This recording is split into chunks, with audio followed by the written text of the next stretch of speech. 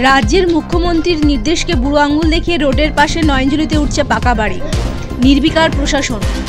মুখ্যমন্ত্রী মমতা বন্দ্যোপাধ্যায় বেশ কয়েক মাস আগে প্রশাসনকে নির্দেশ দেন কোনো সরকারি জায়গা, পুকুর কিংবা নয়নজলিতে অবৈধ নির্মাণ চলবে না।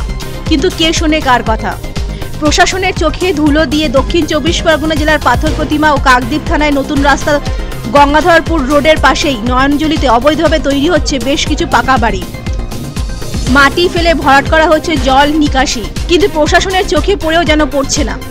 ওই রোডে সাইকেল মোড় সংলগ্ন এলাকায় রাস্তার ধারের গাছ কেটে পুকুর ও নয়নজলি ভরাট শুরু করেছে এক আইসিডিএস কর্মী পারুল দাস।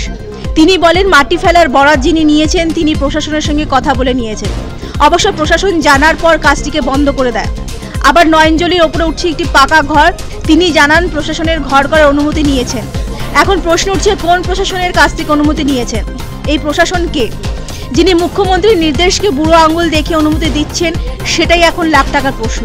তবে পঞ্চায়েত সদস্যের কথা, এগুলো নয়নজলি নয়, সরকারি জায়গাও নয়।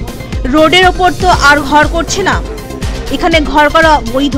তারা বলেছে যে পঞ্চায়েতে আমার মাস কাবারি টাকা দিই এবং থানাতেও আমার মাস কাবারি, তারপর আমার তারাই করছে।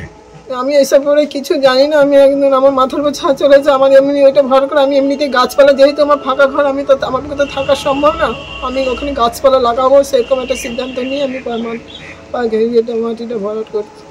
এমনি তপন শানকে কি বলেছেন? উনি দেখভাল করছে আমার, উনি আর কি বলবো। উনি কি দায়িত্ব নিয়েছেন?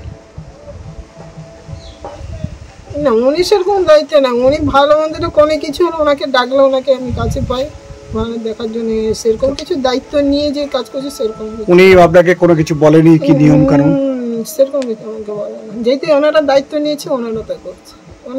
তপন শান কি সেরকম বলে না যে আমি দায়িত্ব নিয়ে আমি থানা কন্ট্যাক্ট করছি, কি করছি, সেই সব ব্যাপারে উনি কিছু বলে না। কাকদ্বীপ থেকে উজ্জ্বল বন্দ্যোপাধ্যায়ের রিপোর্ট, পূবের কলম।